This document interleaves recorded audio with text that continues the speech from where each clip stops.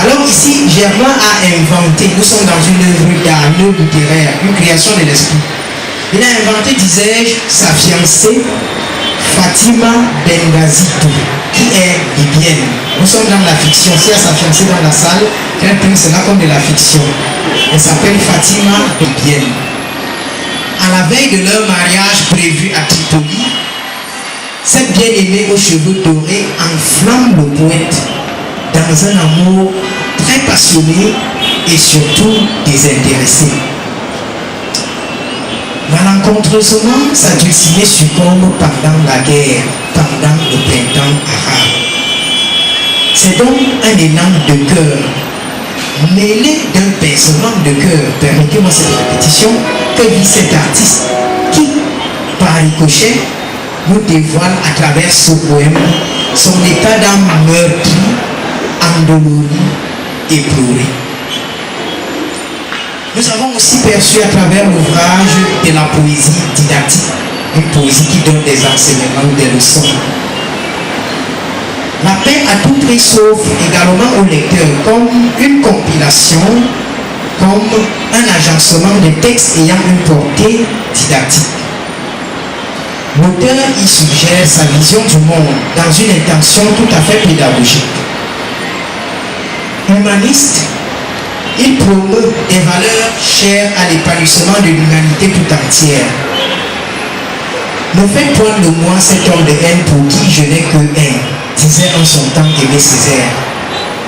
Le jeune Don Fak semble relayer cette posture humaniste en inscrivant dans la modernité et dans la pleine actualité, dans un monde en pleine mutation multidimensionnelle. La paix est le vocable fédérateur de son enseignement. Le mot paix, je me suis livré à cet exercice, apparaît 23 fois dans le poème à elle consacré, le poème titré « Et si la paix ?» mais alors plusieurs fois dans le recueil. C'est dire s'il s'agit d'une obsession, d'un attachement, d'une véritable mise en exergue de ce thème et de cette problématique. Seulement, de quelle paix s'agit-il? Pour que cette paix soit durable, nous avons pressenti que l'auteur lance un appel strident, un appel poignant, un appel percutant, un appel perçant, un appel saisissant dans le poème final, dont la position stratégique sert d'ailleurs d'épilogue. Il pense qu'une paix durable n'est pas seulement synonyme d'absence de conflit armé, mais que cette paix, qu'il chérit de tous ses voeux, intègre la bonne gouvernance, le respect du bien public, la justice pour tous et par tous, la tolérance religieuse, la liberté politique, économique et sociale, le travail pour tous, afin qu'en des jours impies succèdent des lendemains meilleurs, pour paraphraser Victor Hugo. C'est fort de cette leçon d'humanisme que nous allons déclamer, c'est-à-dire lire quelques vers du poème L'humaniste a la parole. Suivez mon regard, suivez ma lecture à la page 111 de l'ouvrage.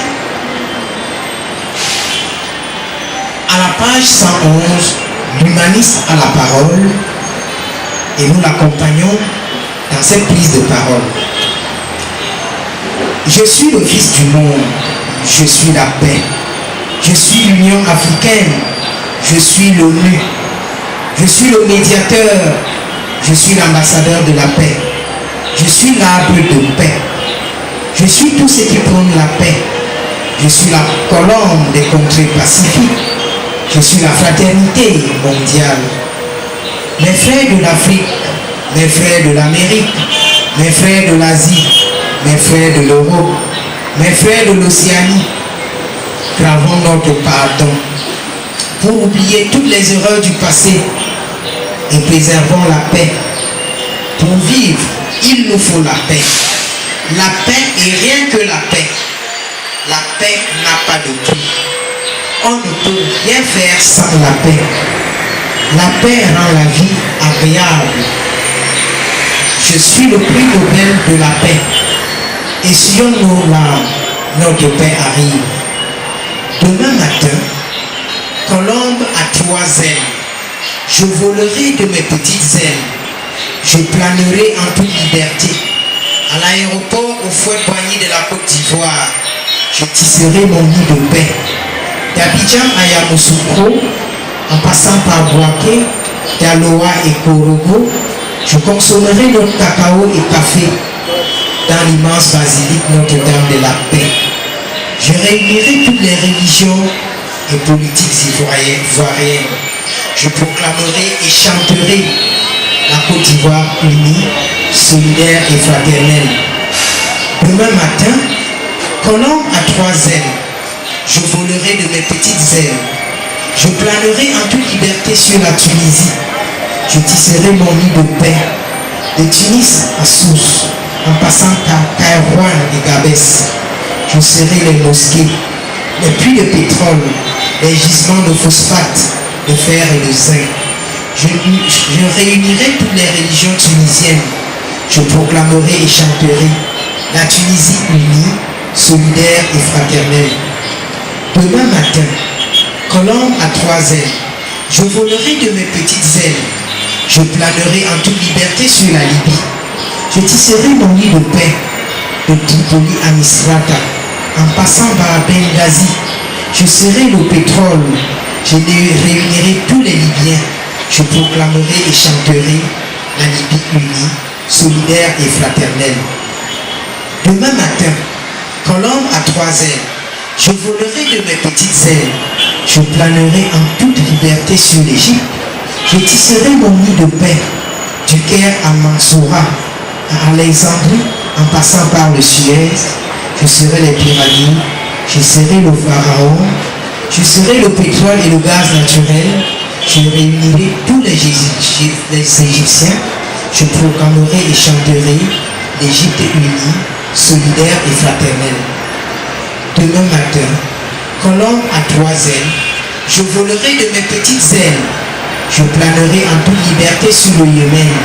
Je tisserai mon nid de paix de Sanaa à Aden. Je serai le gratte-ciel de terre, le cuivre et le pétrole. Je réunirai tous les Yéménites. Je proclamerai et chanterai le Yémen uni, solidaire et fraternel. Je vous fais grâce de la suite, je vous fais grâce du reste. C'est une belle leçon d'humanisme que nous venons là de découvrir et qui permet de clore le pan thématique de ce recueil de poèmes. Seulement, toute écriture littéraire est aussi un jeu d'écriture qui ressort les caractéristiques formelles ou esthétiques de l'œuvre. C'est ce que nous allons à présent aborder. La peine à tout prix lorsque j'ai eu l'occasion de feuilleter cet ouvrage est du registre de la poésie, un genre littéraire assez complexe, redouté par la plupart, prisé par les esprits les plus sensibles. Voltaire disait: la poésie est la musique de l'âme, et surtout des âmes grandes et sensibles. Ce texte a en effet une forme poétique libre. Le poème intitulé La nouvelle poésie des siècles, que nous découvrons à la page 12, semble rendre au mieux les caractéristiques structurales de l'œuvre. Dans sa structure globale, le texte est écrit en vers, une caractéristique essentielle de l'écriture dite poétique, même si elle n'en fait pas l'exclusivité, étant donné qu'avec Charles Baudelaire, nous avons vu que nous pouvons aussi avoir des poèmes en prose.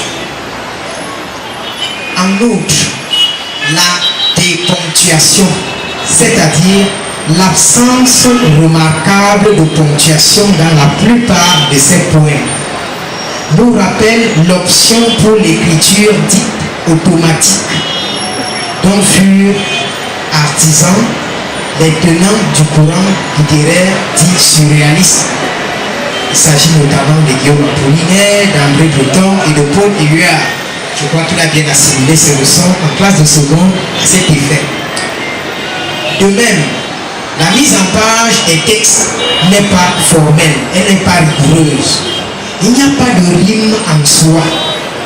Les strophes sont disposées au bon vouloir de l'artiste, sans qu'on puisse parler de sonnet, de rondeau, encore moins de ballades, qui sont des formes de poèmes fixes. Qui plus est, cette mise en page est protéiforme. Tantôt elle est rectiligne et linéaire, comme dans le poème Combinaison d'idées de la page 20. Tantôt elle est fragmentée en strophes.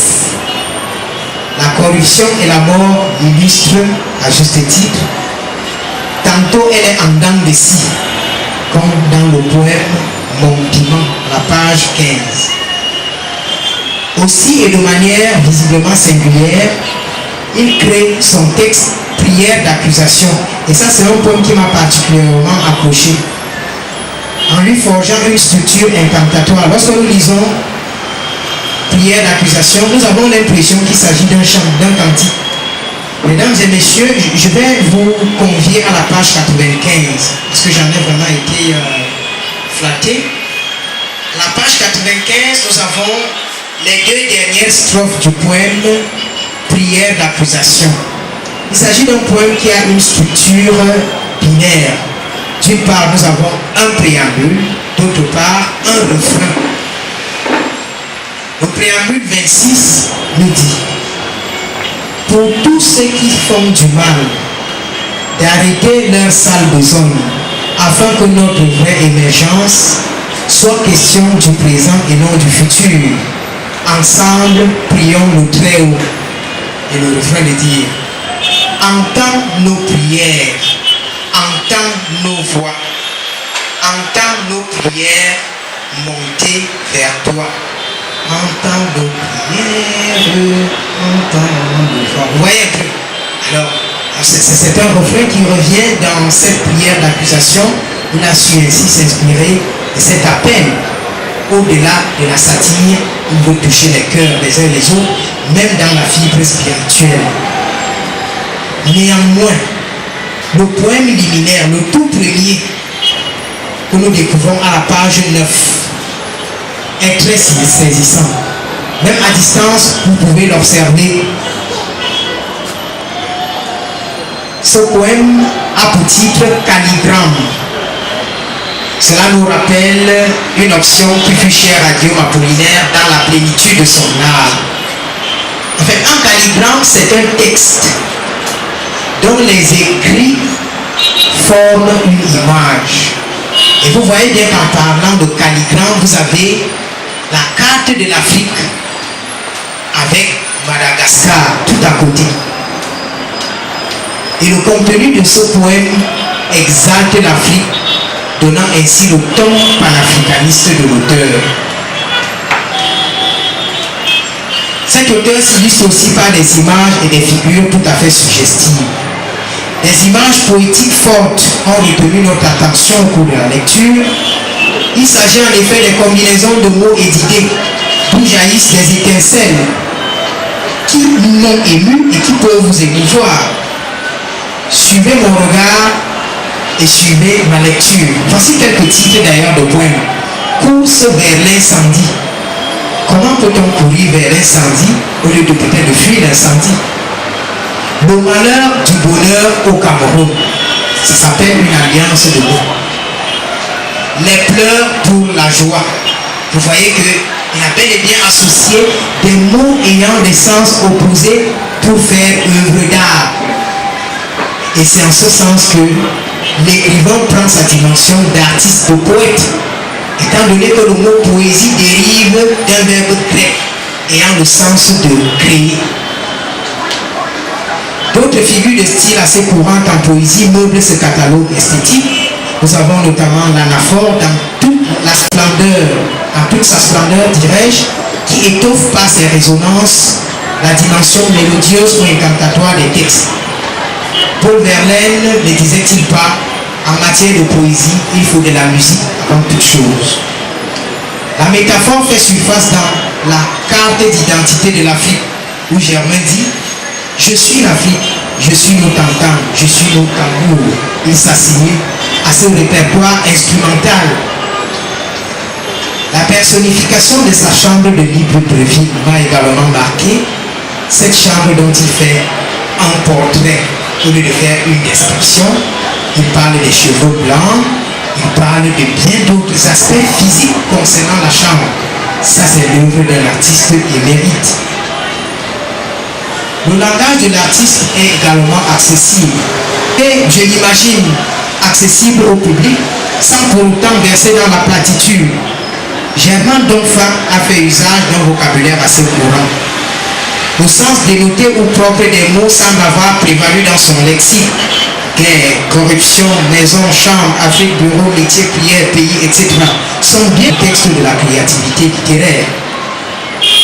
Au demeurant, il s'illustre par endroits par des jeux de mots chatoyants, à l'instar de « Dans cette ville libre, dans cette libre ville ». C'est une sorte de chiasme, faisant ainsi allusion à son séjour au Gabon, dont il parle en des termes très élogieux. De surcroît, le poète, je l'ai dit précédemment, est par essence un créateur, un réformateur, un magicien du verbe. Il s'est permis d'innover par des néologismes, c'est-à-dire par des mots forgés, créés de toutes pièces. Des mots du genre gabonaisement, camerounaisement, parlementairement, qui sont des adverbes émanant de la force immanente de l'artiste. Enfin, nous ne saurions clore notre propos sans relever la tonalité réaliste même du roman. Il a, je veux dire, de l'œuvre. Il a collé ses écrits à l'actualité ambiante. Cette tonalité est mise en évidence par l'utilisation des noms propres, des personnalités reconnues, des lieux authentiques, d'institutions internationales réelles. En l'occurrence, Paul Biya, Kofi Annan, Nelson Mandela, Aimé Césaire, Kwame Nkrumah, Patrice Lumumba, Bachar el-Assad, Hosni Moubarak, l'ONU, l'UNESCO, l'UNICEF, la francophonie, l'Académie française, la Chine, la Côte d'Ivoire, Douala, attestent bel et bien du caractère réaliste de sa tonalité. Distingués invités, mesdames et messieurs, je ne saurais monopoliser la parole. Lire et rendre compte d'une œuvre littéraire est un exercice toujours en chantier. Ces quelques notes que nous avons recueillies pour notre gouverne sont à améliorer, car le champ des commentaires et des analyses reste tout à fait ouvert. Sur ce, je vous remercie pour votre aimable écoute et je m'en remets à monsieur le modérateur.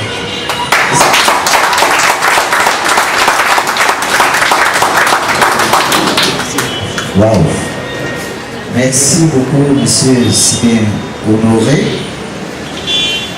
Distingué invité, vous convenez avec moi que c'est une lourde charge, bien plus une gageure de faire la synthèse de l'économie d'un travail aussi fouillé. Je crois qu'il a exploré l'œuvre de l'alpha à l'oméga. Bien, si je puis me jeter dans un résumé, nous dirons tout simplement d'entrée de jeu que l'œuvre La paix à tout prix est du registre courant. De temps en temps, nous avons des néologismes, comme l'a souligné mon prédécesseur. Vous avez, premièrement, il a commencé par les éléments du paratexte, c'est-à-dire tout ce qui tourne autour du texte sans être le texte, et il est notamment parti, n'est-ce pas, de la sémanthèse du titre. La paix à tout prix, donc c'est l'étape nominale pour étudier le déterminant et la suite. Nous avons également vu qu'il s'est jeté dans une petite activité, transformer la paix à tout prix en la paix à tout prix, c'est-à-dire en évoquant le fait que chacun devrait se sentir indexé par cet thème fort évocateur. En deuxième analyse, il a essayé d'évoquer la structure globale de l'œuvre à travers les différents titres constitutifs qui sont aussi chargés d'une lourde sémanthèse. Nous avons également exploré la table des matières.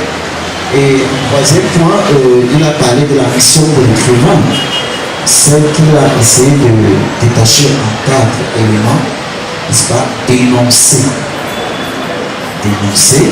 Et sur ce point, pour ceux qui sont élèves en classe terminale, nous avons lu Jean-Paul Sartre. Qu'est-ce que la littérature? Bien, dénoncer, célébrer, nous voyons aussi la beauté. Et nous avons parlé cela de l'élégie, le ton élégiaque du poète. Vous avez également le verbe émouvoir. Et c'est pour cela qu'il a parlé du lyrisme, c'est-à-dire l'expression des sentiments, des émotions et des sensations du poète. Et il a fini par l'éducation. La paix à tout prix, n'est-ce pas? C'est un conseil. C'est la base sous-jacente, le socle de la société. Le poète est ici comme un symbole. Il a une vision pédagogique, n'est-ce pas, de sa poésie, celle qui se veut une poésie didactique, n'est-ce pas, qui vise à donner un enseignement. Alors, il a parachevé, il finit par les caractéristiques formelles, ou du moins esthétiques de l'œuvre. Sur ce, je vous demande une fois de plus d'acclamer ce travail assez formidable. Merci, M. Bien, alors, il est le professeur Jonathan, mon frère et ami qui est juste à ma gauche. Nous avons eu à écouter cette voix, ce parabole de l'éducation. Il nous a tenu les mains à l'université de Tchang. Je vous prie d'applaudir pour M. Jonathan. Merci, professeur. Merci d'avoir honoré votre présence ici. Merci.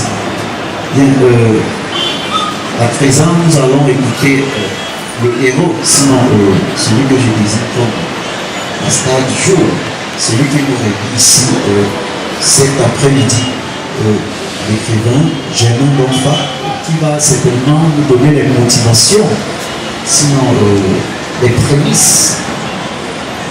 J'ai souvent peur de le considérer comme un ami parce que le travail qu'il fournit au quotidien, il ne dort pas. Chaque jour, il m'appelle, il me dit, bon, j'ai une nouvelle publication.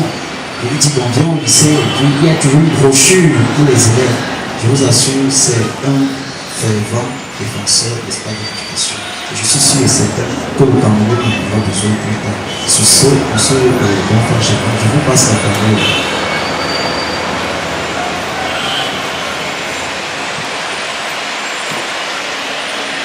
Mesdames et messieurs, je vous prie tout d'abord de vous mettre debout tous dans la salle pour que nous puissions observer une minute de silence pour nos frères tués pendant les guerres en Libye, en Côte d'Ivoire, en Syrie, au Yémen et bien d'autres, comme j'ai décrit dans mon œuvre, et pour évoquer une paix durable au Cameroun.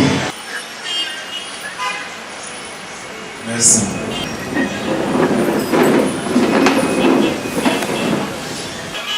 Monsieur le représentant spécial directeur de l'Université de Tchang, Monsieur le ministre délégué auprès du ministre de la Justice, les représentants du ministre des Arts et de la Culture, du ministre de l'Éducation de base, distingués membres du gouvernement, autorités administratives, politiques et religieuses, autorités diplomatiques et en l'occurrence son Excellence Monsieur l'ambassadeur du Gabon au Cameroun, Monsieur le directeur de l'UNESCO au Cameroun, Monsieur le directeur de l'UNICEF au Cameroun, Monsieur le préfet Awana Akiba, chers journalistes, toute la famille Tungbe, Tinfo et Bafou de Yaoundé, mes frères et sœurs, camarades, lecteurs, élèves, mesdames et messieurs, c'est avec un réel plaisir que je vous souhaite une excellente bienvenue à cette cérémonie de présentation et de dédicace de mon œuvre La paix à tout prix.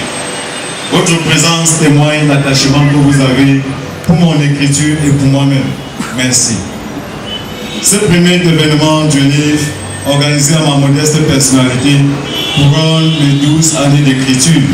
Et c'est un grand rêve pour moi depuis la classe de 4e au lycée de Bafou, où j'avais commencé à écrire.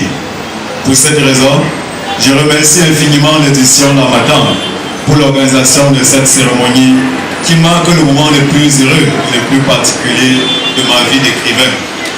Il y a des maisons d'édition dans le monde, mais il y a les éditions L'Harmattan. Mesdames et messieurs, permettez-moi de remercier solennellement les personnes qui m'ont toujours soutenu à écrire.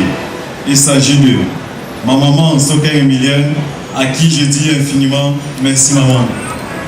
Mon feu père Formonjo Tenita Fakjam, à qui je dis aussi infiniment et à titre posthume merci. À ma muse Guillaume Sidorette, ma grande sœur Madame Gabi Daniel, Madame Gabi Yolande et son époux Monsieur Gabi Daniel, ma sœur jumelle Madame Zafar Eliane et son époux, ma sœur Kefa Carole et son époux, ma sœur Zébazé, mes grands frères, Messieurs Gofa Crepin, Tafa Grand Bouclet, Tafa Pierre-Marie, Kefa Franck, Tafa Bossis, Tafa Gideon Yibel, Diane et autres, mes amis. S'agissant de la publication proprement dite, je remercie très particulièrement ceux qui m'ont soutenu financièrement pour produire ce livre qui nous réunit ce jour, à savoir mon mécène, Dr Guimfar Pierre, à qui je vous demande d'applaudir.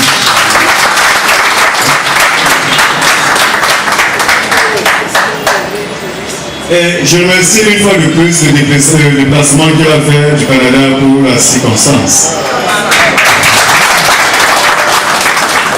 Je remercie également Sa Majesté Fontaine Docteur Metamo Pierre-Marie aux États-Unis, ainsi que M. Dimeya Guy Bertrand au Canada. Et je n'oublie pas mon professeur M. Sibélien Honoré, qui dès la classe de seconde au lycée de Bafou m'encourageait sans cesse d'écrire et de garder pour publier au futur. Merci grand prof. Mesdames et messieurs, permettez-moi une fois de plus de vous saluer en ma langue nationale Yemba, parce que selon moi, il faut valoriser nos cultures.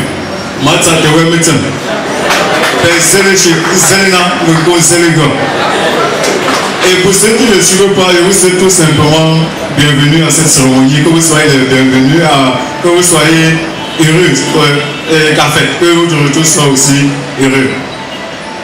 Mon 9e livre est intitulé La paix à tout prix, parce que dans ce réservoir de pleurs et de rires, je suis à la quête de la paix.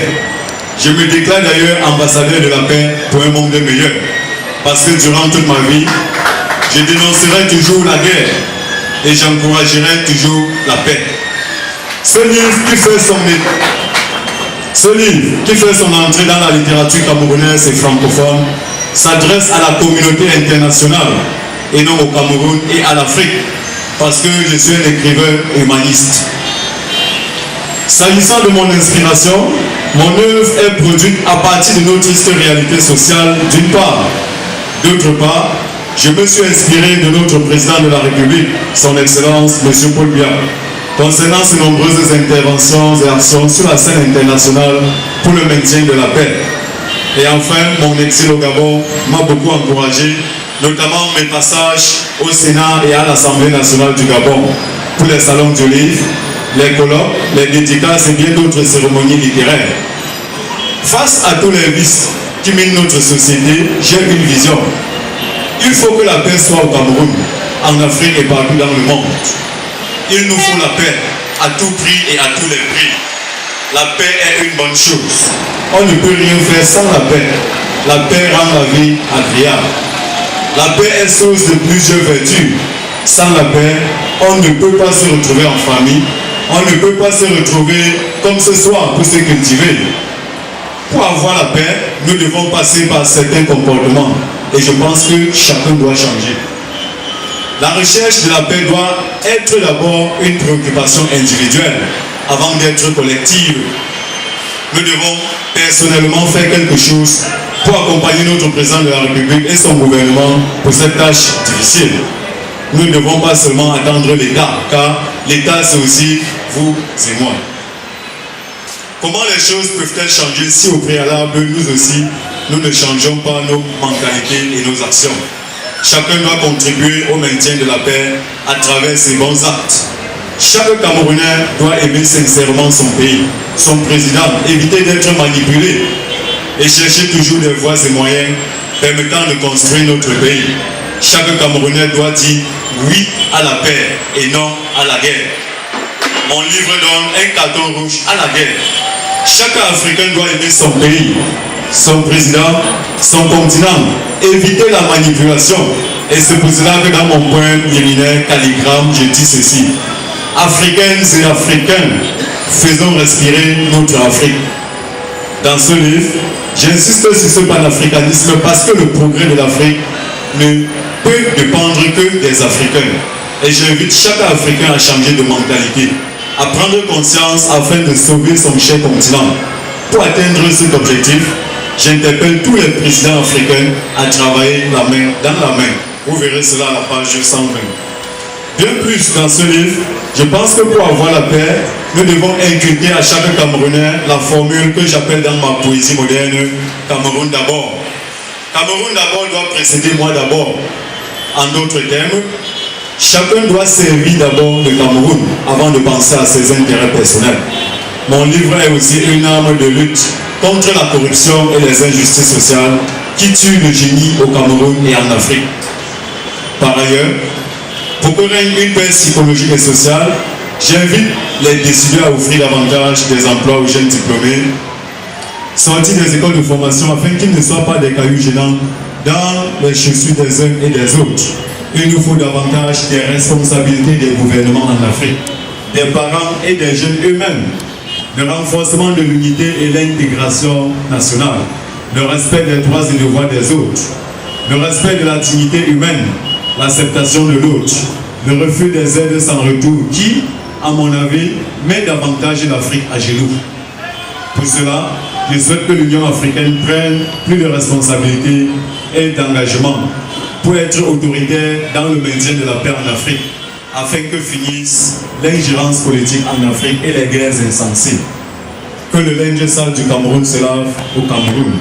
Que le linge sale de l'Afrique se lave en Afrique. Je salue dans ce livre les efforts de la République gabonaise, qui m'a servi d'exil pendant le règne du feu président El Hadj Omar Bongo Ondimba. Et donc j'ai bénéficié de 2 années d'études presque gratuites à l'université Omar Bongo et d'autres avantages. Face à cela, je rêve un Cameroun meilleur, où les droits universitaires seront diminués et puis supprimés afin d'encourager l'excellence académique chez nous. En somme, pour que la paix règne dans le monde, je souhaite que la communauté internationale lise cette œuvre, qui n'est pas d'ailleurs hermétique, dont le sens n'est pas caché. Qu'elle soit traduite en plusieurs langues possibles et insérée dans les programmes scolaires. Permettez-moi pour une ultime fois de vous déclamer le dernier poème de ce livre qui s'intitule « Appel lancé ».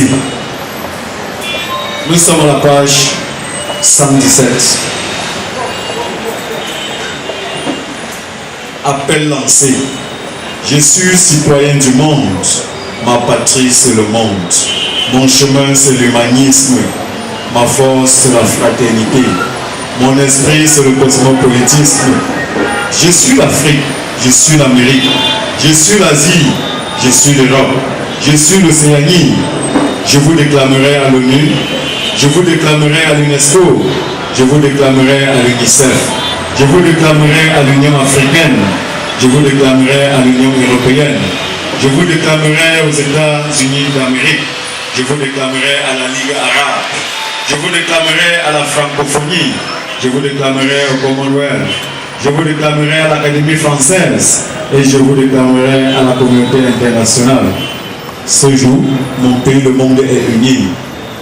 Tous ces 10 fils, tous ces fils sont réunis, la main dans la main.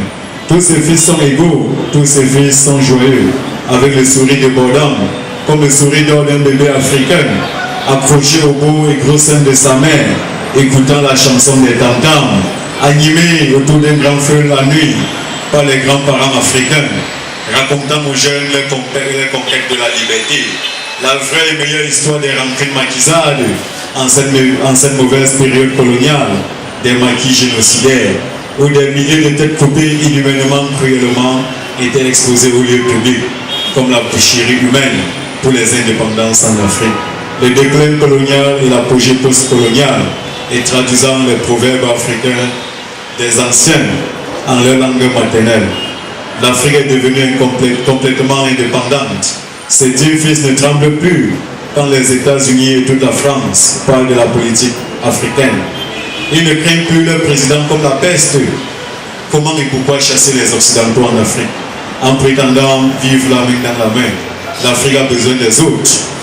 Le monde a besoin de la coopération internationale. Le monde a besoin de l'entraide. Le regard d'autrui m'invite à mieux vivre et à mieux poser les bons actes. Comment nous aider sans droit de regard sur la gestion des aides et sur les investissements, sur la gestion du peuple. Voilà l'Afrique autonome. Les décideurs africains se démasquent. La dictature meurt en Afrique. L'Afrique solutionne tous ses problèmes. L'Afrique satisfait tous ses besoins. L'Afrique baisse ses liens tendus. L'Afrique renonce aux dettes étrangères. L'Afrique refuse les aides sans retour. L'idée des États-Unis d'Afrique ne reste plus un mythe, mais une réalité. L'Afrique décide de son destin. Le linge sale de l'Afrique se lave en Afrique.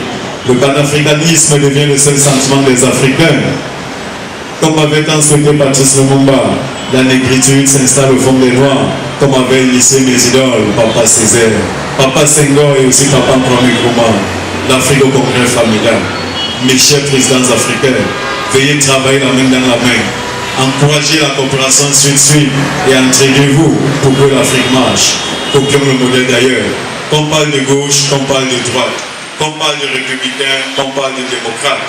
L'Union africaine doit être active, elle doit poser des actes, elle doit être unie à prendre des décisions en Afrique pour la gestion des politiques, pour apaiser les tensions sur le continent et pour cesser le feu immédiat face à toute guerre. Par la force africaine en attente, que l'Union africaine soit respectée, que l'Afrique devienne réaliste pour les États-Unis d'Afrique. L'Afrique doit être une seule voix par la force de Kofi Annan, par la force de Nelson Mandela, et tous seront à l'Union africaine. Elle invitera ses frères, l'Amérique, l'Asie, l'Europe et l'Océanie. Que l'Afrique marche la main dans la main, du nord au sud et de l'est à l'ouest, comme l'Amérique, l'Asie, l'Europe et l'Océanie. Que l'Afrique accouche davantage la paix, la stabilité, la fraternité, le dialogue, la solidarité et l'émergence véritable. À tous ceux qui étaient africains, à tous ceux qui sont africains, à tous ceux qui seront africains, à tous ceux qui étaient américains, à tous ceux qui sont américains, à tous qui seront américains, à tous ceux qui étaient asiatiques, à tous ceux qui sont asiatiques, à tous qui seront asiatiques, à tous ceux qui étaient européens, à tous ceux qui sont européens, à tous ceux qui seront européens, à tous ceux qui étaient océaniques, à tous ceux qui sont océaniques, à tous ceux qui seront océaniques. Sachez que le monde est une seule famille indivisible, unie par le lien du sang rouge, circulant dans nos veines. Nous sommes une seule famille, attachons-nous en un fagot de bois. Le créateur du ciel et de la terre, par toutes ses appellations variées, a besoin de notre union.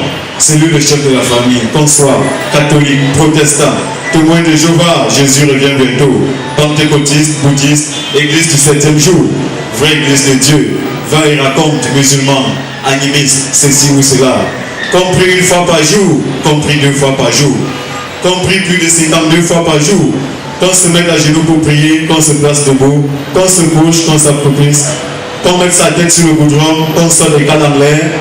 Et il y a un seul Dieu, le Dieu universel. J'aime ma terre africaine, j'aime ma terre américaine, j'aime ma terre asiatique, j'aime ma terre européenne, j'aime ma terre océanique. Ce sont les terres de mon pays, ce sont mes terres natales, ce sont mes terres du dernier jour, ce sont les terres de mon tombeau. Je nommerai mon enfant Afrique, je nommerai mon enfant Amérique, je nommerai mon enfant Asie, je nommerai mon enfant Europe, je nommerai mon enfant Océanie. Je suis la voix des enfants du monde. Les enfants du monde veulent la vie et la paix. Les enfants du monde veulent aller à l'école. Les enfants du monde veulent une éducation complète. Ils veulent réellement connaître l'histoire de leur pays. Ils sont conscients des bienfaits de l'éducation complète. Ils savent que l'école est le meilleur héritage de nos jours. Ils ne veulent plus le statut des enfants soldats. Ils ne veulent plus les cadavres de guerre. Ils ne veulent plus l'orphelinat. Ils ne veulent plus les travaux forcés.